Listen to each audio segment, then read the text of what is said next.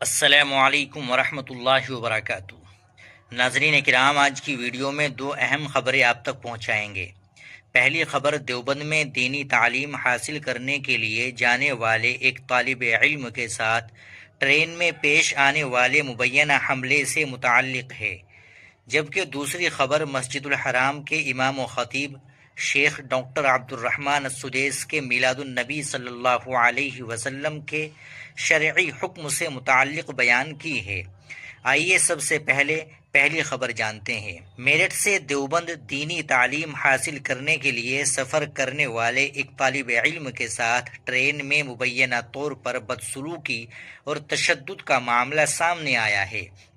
Report کے مطابق طالب علم کا نام محمد منتظر بتایا جا رہا ہے، جو میرٹھ سے دیوبند کی طرف سفر کر رہا تھا۔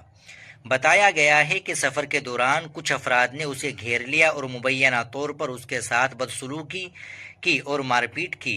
رپورٹ میں یہ بھی دعویٰ کیا گیا ہے کہ طالب علم کو زبردستی شراب پلانے کی کوشش کی گئی، جس کے دوران اسے چوٹیں آئی۔ اسی دوران مبینہ طور پر اس کا موبائل فون اور گھڑی بھی چھین لی گئی۔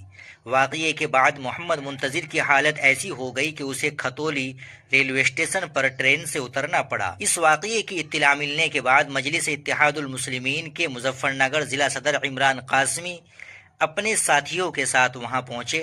انہوں نے زخمی طالب علم کو علاج کے لیے کھتولی سے CHC منتقل کرایا۔ اس معاملے میں پولیس سے مطالبہ کیا گیا ہے کہ پورے واقعے کی غیر جانبدارانہ تحقیق کرائی جائے۔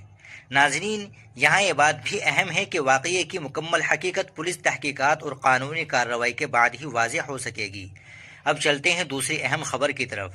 مسجد الحرام کے امام و خطیب شیخ ڈاکٹر عبد الرحمن السدیس سے منسوب ایک بیان ان دنوں موضوع بحث ہے، جس میں میلاد النبی صلی اللہ علیہ وسلم کے شرعی حکم اور دین میں سنت کی پیروی کے حوالے سے گفتگو کی گئی ہے۔ بیان میں مسلمانوں کو قرآن و سنت کی پیروی کرنے اور دین میں نئی چیزیں شامل کرنے سے بچنے کی تاکید کی گئی ہے۔ شیخ السدیس نے اس سلسلے میں قرآن کریم کی اس ہدایت کی طرف توجہ دلائی کہ مسلمانوں کو اللہ اور اس کے رسول صلی اللہ علیہ وسلم کی اطاعت کرنی چاہیے، اور اختلاف کی صورت میں معاملہ اللہ اور رسول اللہ صلی اللہ علیہ وسلم کی طرف لوٹانا چاہیے۔ اسی طرح احادیث کا حوالہ دیتے ہوئے سنت نبوی صلی اللہ علیہ وسلم اور خلفائے راشدین کی سنت کو مضبوطی سے تھامنے کی تاکید کی گئی ہے۔ بیان میں بدعت سے بچنے کی بھی تاکید کی گئی ہے۔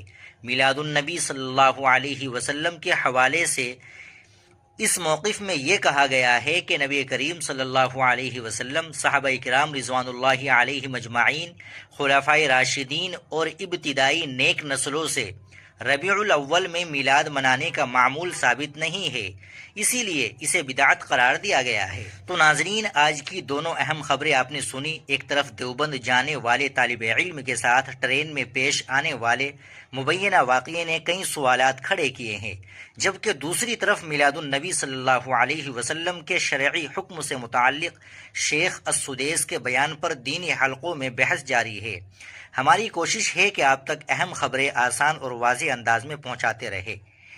اگر آپ کو یہ ویڈیو معلوماتی لگی ہو تو ویڈیو کو لائک کریے، دوسروں تک شیئر کریے اور چینل کو بھی سبسکرائب کر لیجئے گا۔ السلام علیکم ورحمۃ اللہ وبرکاتہ۔